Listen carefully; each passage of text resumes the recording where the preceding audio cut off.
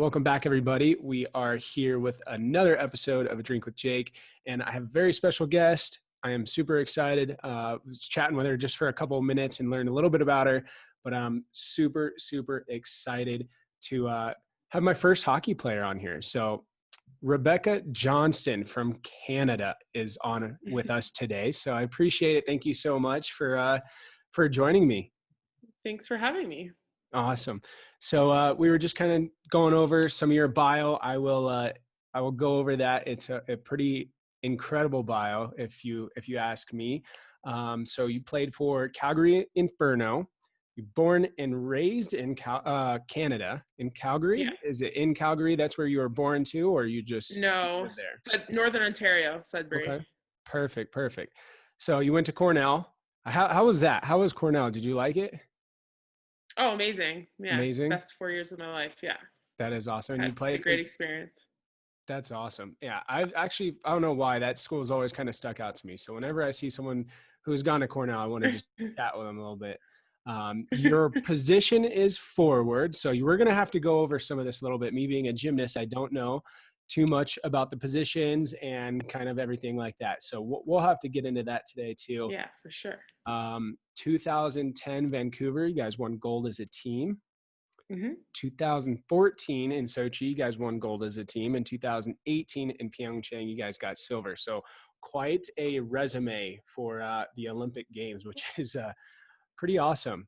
Having gone to two myself and coming away with no medals, that's pretty incredible to see that. So thanks again for joining us. No, of course. Yeah, I'm excited to be on. So let's just give us a little bit of a background, kind of you growing up, how you got into hockey, and kind of lead up through a little bit of your career, college a little bit, into where you are now. Yeah, so I grew up in Sudbury, Ontario, a smaller city of about 150,000. So hockey is obviously really big in Canada, but in Sudbury, it definitely was one of the top sports. So it was. It gets so cold there. I'm sure all of you Americans believe that it's so cold in Canada, but it does get cold in the winter. And so I started hockey when I was 4 years old, and I started in an outdoor hockey league, actually. So I come from a very large family. I have 2 older sisters, an older brother, and 2 younger brothers, and we all played hockey. So growing up, I was just thrown on a team with my 2 older sisters and older brother.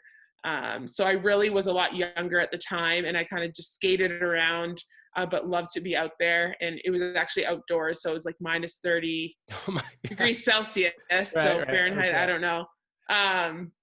And so it was really cold, but I just absolutely loved it. And I think that's when I fell in love with hockey, just being out there with my family, and just playing the sport that I love. So I started when I was 4 years old and grew up playing there. I actually played with the boys growing up, and then switched over to girls hockey in about grade 10 in high school, and started with the national team, made my first world championships. I was an alternate, but when I was 17 years old, so pretty young. And then before I went to college, which was a really cool experience, but then I was able to go get a scholarship to Cornell and play 4 years there on the Cornell varsity team.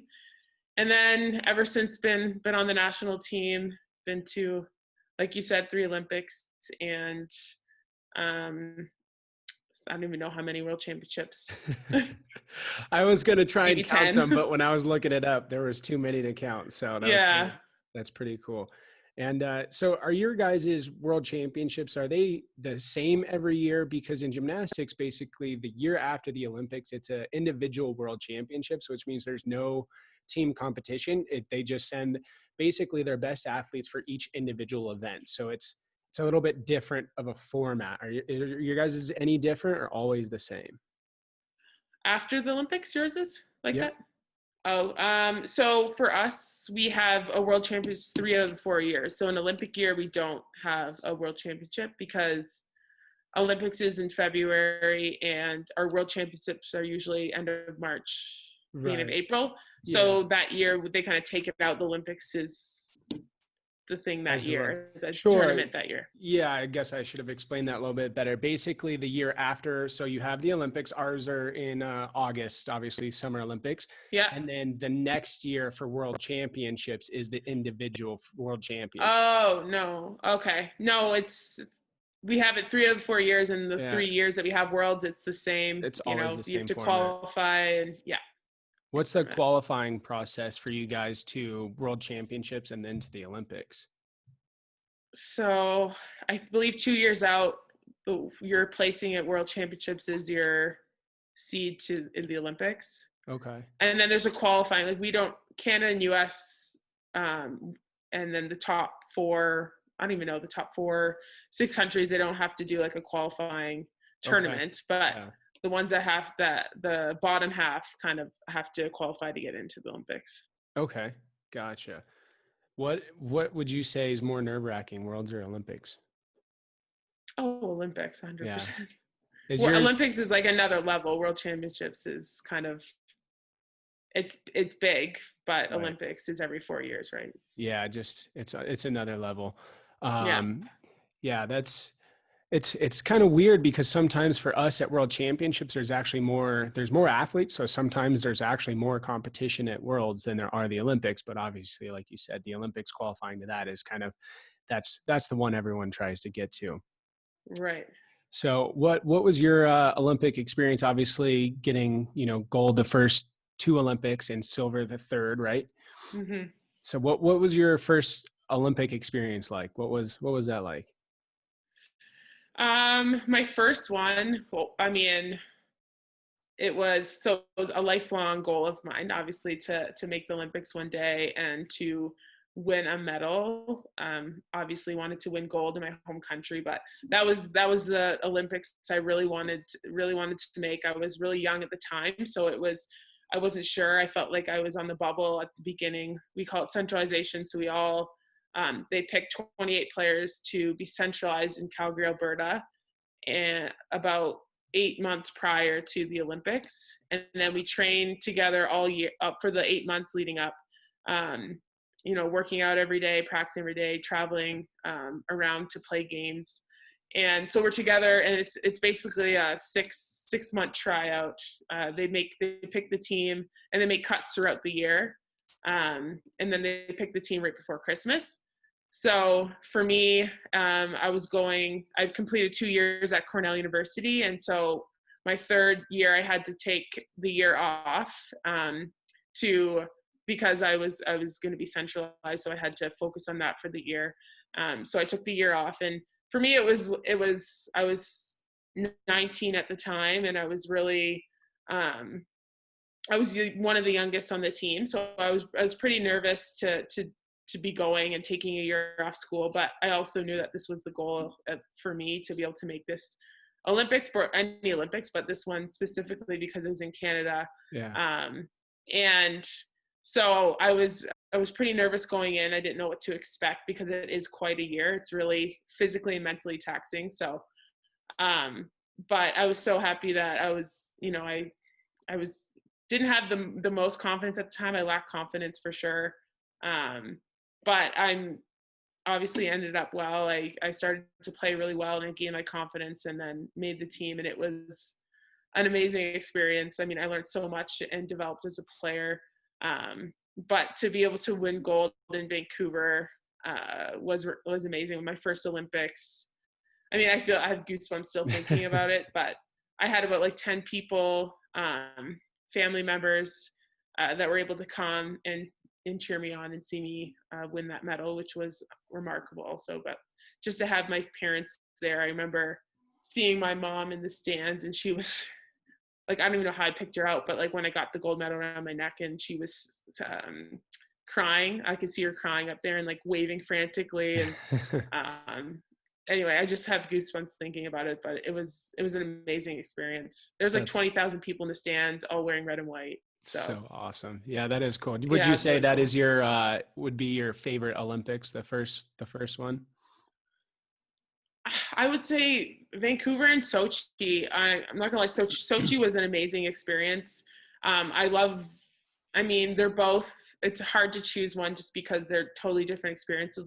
Vancouver was in Canada. It was my first Olympics. Right. But Sochi, I really, had a bigger role in the team, and the way we won, I don't know if you would know or anything, but we went into overtime against the States, and we were down 2-0, 3 minutes left in the game, and we scored 2 goals to tie it up and then to win in overtime. So it was very much of a fairy tale type ending to a really tough year as a team. So I think it was just kind of the way we won. It was an amazing experience. In Sochi, they put $64 billion into the Olympics. Like it was, wow. It was an amazing, like everything, the village, every facility was so close. You could just walk to everything. And so it was really well done. That's awesome. Yeah. So to go back to the qualifying process, you said it was 8 months of you guys all training and they kind of make cuts here and there. That's crazy. So you guys are all basically living at like an Olympic training center, I'm assuming, kind of thing? So, yeah, I don't know I guess, well, as a team sport, it's good to, to get together and be together. For sure. And like chemistry is huge for a team. So, so there's 28 players and they pick 23. So throughout the year, we centralize in Calgary. So you basically move here, you find your own apartment. So it's nice. Like you're not like living in a dorm or whatever. Yeah. So, but we're at the rink all the time. We travel all around Alberta and play games against AAA guys. And so it is a really, like physically, it's really draining, but like mentally, because it's consistently a tryout day in and day out for up till December. So it's pretty hard, like mentally, to try to always be on and know that you're being evaluated in everything you do. So it is a long process, and we've always done it with the last, I think every Olympics, it's been kind of the same. Process. So so they make cuts throughout the year, and you don't really know exactly when they'll be. And okay, so it's not like a timely date where, in 2 weeks there's going to be cuts. No, they'll kind of just, I feel like it's like they feel like, okay, this person, we've seen enough, we don't think she'll get to where we need, so they will release her, or they do wait till December to make the last few cuts before Christmas. But gotcha. Now, do they make that strictly based on how you're playing? Because you mentioned being together, the team atmosphere is big for you guys. So do they release people if someone's just not really kind of fitting in, or is it purely your results on how you're playing? Yeah, I think it's a team sport. It's a little bit more complex, like why they make certain decisions. Generally your performance on the ice is probably number one, I would say, and then chemistry. Do you have chemistry with line mates? That's really important. Do you have a place to play? Do they see you with certain people, roles? It's a lot of things, but generally, if you're playing well on the ice and you're accepting whatever role that you're playing, you're doing it the best and they see that you're the best at it, then you're in a good spot. But that's cool. So 8 months of that, and then they select a team. What happens after that? Do you guys continue to stay in the same area and train together, obviously just as the team, until you guys leave, or? Yeah, so we'll get probably a week to go home for Christmas, and then we'll come back as a team. I think we have a couple alternates just to make sure, because injuries there's to make the team in December, and we wouldn't leave for the Olympics until mid-January, probably, end of January. So we're in Calgary training still and playing games. We also have a 6-game series against the U.S. throughout the year. So we usually play games against them throughout the year as well. And so we just have a lot of games that we play together. Right. And kind of build that atmosphere, the chemistry. Do you guys ever get nervous once you finally make the Olympic team? That was one of my big things, was you mentioned alternates and injuries. Did you get nervous once you finally, were named to the team? You're like, okay, now I have to train really hard, but I have to stay safe at the same time. Yeah. So I know I couldn't imagine as a gymnast that you can't really, there's a lot of things that you can't control, right? So, Right. I mean, injury is always in the back of your mind. You don't want to, I mean, for hockey, we're playing against guys, so they have harder shots. We play against pretty good level guys. So you mean blocking shots or getting in front of that if you don't want to. So it's always in the back of your mind, like, I just don't want to get hurt. Like, Right. even before they make a team, you're like, okay, I just like, you just want to stay healthy. You want to be careful. Yeah. But you also have to go hard and be the best you can be. So there's kind of that mix of, it's always on the back of your mind. You try to not think about it as much because there are a lot of things that are out of your control. But yeah, for sure. So when you say you play against guy teams as well, is that in the US or in Canada as well? Oh, just in Canada. So okay. We have a league that we go in Alberta. And we joined their league almost, and we play a bunch of games and travel around Alberta. So we play a lot of games, and 3 to 4 games a week probably. Oh wow. Which is a lot. And then plus training, and we'll practice and pregame skates, and it's just a lot of hockey. Yeah, I was gonna say 3 to 4 games a week seems pretty intense. Yeah, it depends the week, but it's a lot. Yeah, that's crazy. So on a normal, let's separate practice from competition or your game. What's your normal day look like on a practice day? Oh, well, it depends if there's like 2, sometimes we'll have 2 days. But like generally we'll have probably a lift in the morning or after practice, one or the other, before or after, skate, an hour and a half, cool down, warm up. So you're kind of like at the rink for 2.5 hours probably for practice, and then you go lift, and that's another hour and a half. And then Olympic years, you have video, nutrition meetings, we have team meetings. It's like constantly meeting and trying to make sure we're getting on top of our mental skills side, nutrition. So we always have meetings for a bunch of different things. We'll have like power play meetings, PK meetings. So there's just a lot of different aspects to it that are off the ice when not even practicing. So. Right. A lot of studying and film and things like that as well. That's cool. Yeah. Do you have any, what's it called? Like anything that's just intricate for you when you get ready for a game on game day? Superstitions? Yeah. It's always interesting. Everybody always asks that. And I was like, I could never think of anything. So I was like, no, not really. I'm not like if something doesn't happen, I'm not like, oh my God, this game is going to be so bad because I didn't do that. But generally I will put I always will watch video before I go to the rink. So like whether it be NHL or watch some of my clips, I'll watch something just to kind of get mentally get prepared. And then I'll always play like keep up or spike ball, like soccer or spike ball, for fun before we go for off ice warm-ups, just to like loosen up and have fun. And then I always just put my legs up. I mean, I tape my stick every game, which in practice, which everyone usually does, but I'll put my legs up before, like lay down and put my legs up on the wall just and like shake them out and stuff. And I do that between every period. So people make fun of me for that, but that's kind of the only thing. More like in my head, I feel like it's helping with getting the lactic acid out. Yeah. Kind of like a routine. So you have more of just kind of a routine that you do. Yeah.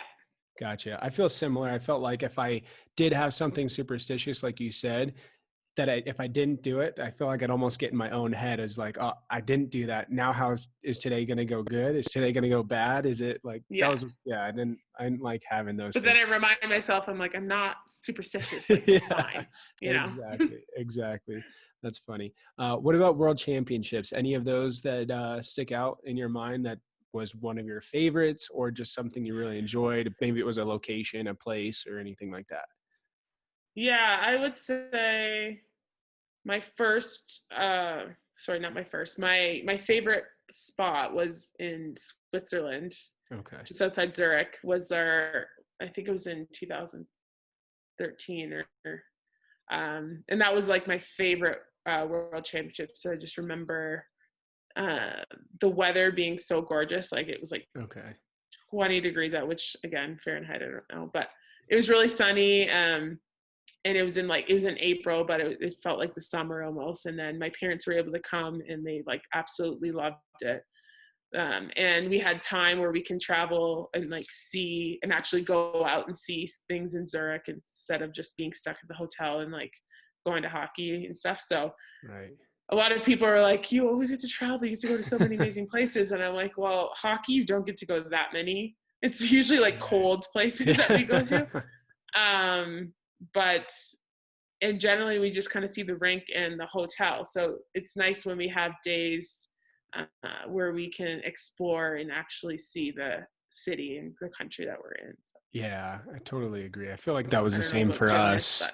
Yeah, that was like, I think the first World Championships I went to was in London, and we had 2 days after that we got to explore, and we did like the London Eye, and it was my first one. So I'm like, this is awesome. Every World Championships, we'll have a few days to go explore the city. It literally never happened again. We never had another day. It was always you leave the next morning, and same thing. Everybody's like, you get to go so many cool places. I was like, well, you're pretty much working out and staying at the hotel. Yeah. Recovering. So yeah, very cool. Switzerland's a place I would love to go to. I think it's it's amazing. So awesome. Very cool. So what do you were still training, and you were telling me about a league that you guys, so the team that you were on before, you said that basically went away, right? So yeah, so the league folded so 2 seasons ago. Okay, so what does that mean? Basically it's just no longer around? Yeah, so for whatever reason, they felt like they couldn't sustain it. Mm-hmm. So it was called the Canadian Women's Hockey League. So I was playing in Calgary. We had four Canadian teams, Calgary, Montreal, Toronto, Markham, and then a team from China, and then a team from the States, actually in Boston. Cool. So that league had folded, and then so we weren't sure what to do, but we formed a group, the PWHPA, and that's what I'm currently in the hub in Calgary.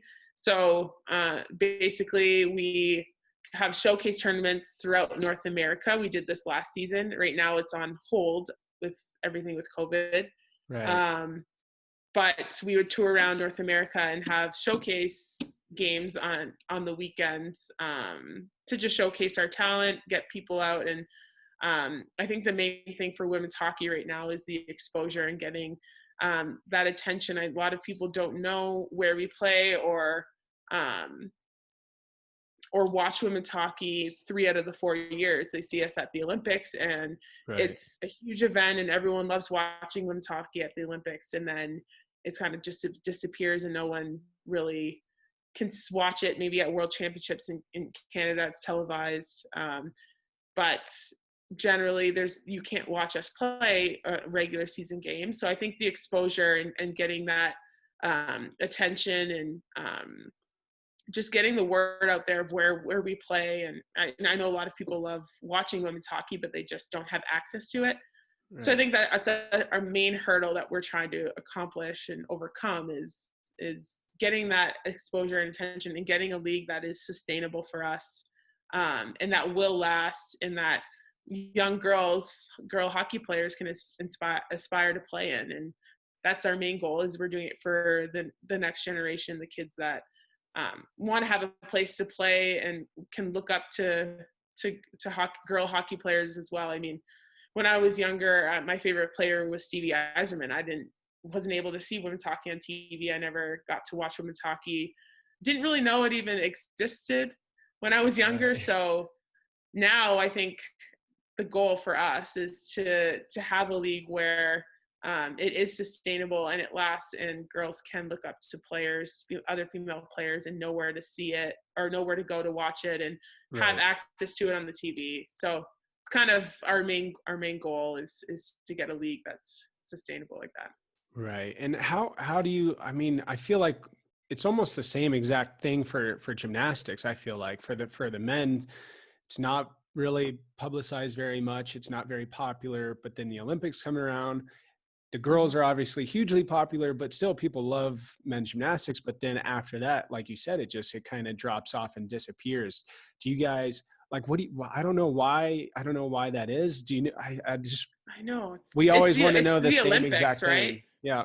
Everyone's like, oh, I'm like so excited for Olympics. Like any event, I just want to watch everything. And it is too bad because you're like, well, all these athletes are still competing and doing those things at world championships, at tournaments. And so like, why not like follow them and watch them? But I think a lot of it is the accessibility and having, like I don't think there's ever gymnastic tournaments or competitions in Calgary like that I could go watch. Like I don't know event, like I don't know. And I think it's the exposure and getting that attention either through social media, through television, have, word of mouth, anyone that talks about it. So I think the Olympics is just so well advertised that everyone just watches it and loves it. But then once it's over, it's done.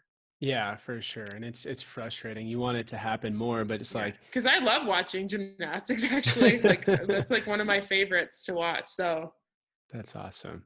Yeah, it's kind of the same thing. And the only thing that I ever really have noticed over the last few years is one of my buddies who's a gymnast, we both kind of started like a YouTube channel before the Olympics. So people could kind of watch a little bit behind the scenes of like training and ups and downs, and then follow, luckily if you make the Olympic team, going through to the Olympics and everything like that. And right. He's from Europe. He's on the British gymnastics team. And his YouTube channel actually blew up. So he does a little bit more of like a lot of gymnastics, but entertainment and different challenges and things like that, the stuff that you probably have to do for YouTube. But I think that's one thing that I've seen pretty dramatically help the sport is people getting into some of the social media, especially things like YouTube, right? Because then people can kind of follow the specific athlete or whatever person that they like and see a little more of that behind the scenes.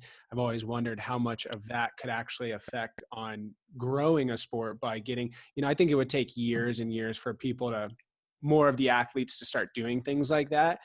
But then again, it kind of takes away from training. So it's like, how much I know effort how much do you focus on that, right? Exactly. Social media is huge now. So that's how you market yourself, and that's how people will see you. And so I think getting that exposure through Instagram, Twitter, those social media channels is huge, and it's important because that's kind of where people can easily get access to, oh, what's this person do on a day-to-day basis? Like, and then they see you competing and they're like, that's so cool. Like he eats this for breakfast, whatever. So yeah, they get to see all of that. Do you guys have any ideas on how to kind of expand on getting out there? Is it just playing games in certain areas, or are you guys trying to stream it anywhere? Is there any possibility with that? Yeah, so we did stream it online last year, and we are making strides. I think it will take time, but I think just getting out in the community. So we did a lot of community events and interacting with kids and getting attention and supporting communities that way. I think it's huge. Just anywhere you go, you want to create a positive experience for the people that have come watch you play or hear about you through social media or the news or whatever it may be. So creating a good footprint, I think, is really important. And so that was our goal. Every place we went to, we did community events. We joined with, some NHL teams and did whatever city it is, and they had helped support us. And so that's cool. That was really huge and really important for us. But I think it's just continuing to grow the game and create that exposure and just keep, but showing the product, showing really great hockey so that people want to come back and watch. Right. Yeah. How was the NFL stuff? I feel NHL stuff. I feel like that would be perfect because you're already at the audience that loves hockey, and now they have another avenue and more people to follow, more people to enjoy. I'm assuming that was pretty beneficial. Yeah, for sure. I mean, to have NHL teams support is huge, and there has been a lot, which is great. Because again, they have so much power and so much. They reach so many people, and they have such a Yeah. wide platform. So for us, it's important. And if there are a lot of people that support women's hockey and want women's hockey to succeed, and so it's amazing to see the support that we have been getting, and hopefully we continue to go in the right direction. Yeah, it's really cool. I think it sounds like, you guys are definitely progressing, but you guys are on the building blocks of what it's going to be in the future. It'll be cool, I think, to kind of look back and be able to say that you guys were a part of starting this and helping grow it, because who knows, in maybe 5-10 years, like you said, the kids that maybe are watching you guys now have an Yeah. opportunity later in the future. It's really cool. It's also sad to see sports when they're starting to close things down. I mean, I Yeah. I kind of compare us probably very all the time right now, but gymnastics I think we had 2 or 3 college teams closed down during COVID for men's gymnastics, and I think we're down to like 9 Division I schools or something like that. So it's like it's That just hard, put it on hold or whatever. they completely shut them down. They couldn't. Yeah, Oh. they closed the program completely. When I think when I got into college, there was like 17 college programs, and I graduated. I was done. Well, I was done in 2012. Graduated in 2014, and since then we're down to like 9. So Oh, actually wow. closing things down. Yeah, just with budgets and sports that Yeah. aren't making money. Basically, it's basketball and football that make all the money and support all the other sports. So Yeah. they're like looking at it, which ones to close down. Oh, It that's is, too bad. yeah, it's frustrating for all Yeah. these, when you're looking at these younger kids and they're Hmm. training in the gym. It's like if they're not training for a college scholarship, luckily they have the Olympics, which is good, but college is what I think draws a lot of attention to it. And speaking of college, so a bit about let's go into that just for a few more minutes, about your college. How you said it was amazing. You loved every minute of it, and you Yeah. took a year off of it too. So Yeah. Yeah. So I got a break, academics for 2 years. Um, it was definitely a tough transition for me. So I never left home. I was 17 as a freshman. So for me, it was definitely a learning experience my first year, thinking, high school wasn't too hard. Like Ivy League school shouldn't be that much harder. I don't know why I thought that, but yeah, so I realized I had to go to class and stuff my first year. But yeah, after my first year, I definitely learned a lot about myself, and it definitely went a lot better. But school wise, it definitely was challenging. But I always knew I wanted to go in Ivy League school. Education was always my number one and super important, before hockey or picking a school that just will win a national championship. I thought education was a lot more important to me. right. So that's why I chose Cornell. Well, my older sister, so my one sister went to Harvard, the other one went to Cornell. Oh wow, Both played hockey, so they were kind of fighting over which school I should go to. So that's that's awesome. a whole other thing. But I ended up choosing Cornell because I just thought it really suited me. I mean, I come from a smaller city, so like Boston was a little bit intimidating to me. So Cornell was, and then they had a really great coach at Cornell as well. And so I ended up going to Cornell, and they only won 4 games the year before I went there. So we really weren't that good. But I think my like fondest memory was just being part of a program that turned around so quickly. So my first year we won 10 games, and then like just made playoffs and then lost out right away. And then after 2 years, so I took a year off, but my junior and senior year, we ended up going to Frozen Four, both, so top 4 teams. Wow. We lost in the semis both times, but to be top 4 after so many years of us not even making playoffs or winning Right. like very few games. So the program turned around so quickly. It was amazing to be part of that. And That's awesome. yeah, the hockey program was great. Their hockey's huge in Ithaca, and the men's program is always really good. So going to men's game, I really recommend you should go to a men's game. The atmosphere is insane. Yeah. But no, it was a great experience. I think it taught me a lot, but I had a great experience playing hockey there. I learned a lot as a player and as a person, and got a good education while I was there. So. Yeah, definitely. Do you think, was it hard to balance training for like national team stuff while you were in college? Oh yeah, I don't even know how I managed, honestly. Like I would miss so much school. My first semester, we would have camp in September, so I'd miss a week of school. Okay. Like missing a couple days at Cornell is like tough. So missed Right. a week in a row, and then we had another tournament in November, so then I would miss another week and a half of school. And then for world championships in March and April, I would miss right before exams, like over 3 weeks. So it was really hard, but and then plus missing Fridays and stuff for hockey at Cornell. Right. So it was like I would just miss so much school that I really had to be on top of it. Like I really learned how to prioritize my time. I really had to sacrifice a lot socially. Yeah. I mean, I still had fun and sometimes, but I definitely had to make sure that I was staying on top of school, and because I felt like I always was behind and trying to catch up. For sure. Definitely worth but the yeah, that's the life experience. of an athlete going to school, I guess. Right. Well, and that's, I mean, look at going to the Olympics and everything like that, definitely panned out. So that's awesome. Yeah. Yeah. Well, very cool. Well, I think that's about it. Thank you so much for jumping on here. I think everybody's going to really, really enjoy it. I think you had some really great information out there. Is there a way we can support you? What's your social media, if you want to throw that out there, or your website or anything like that? Yeah. My Instagram and Twitter both are Johnst6. So like RJOHNST6.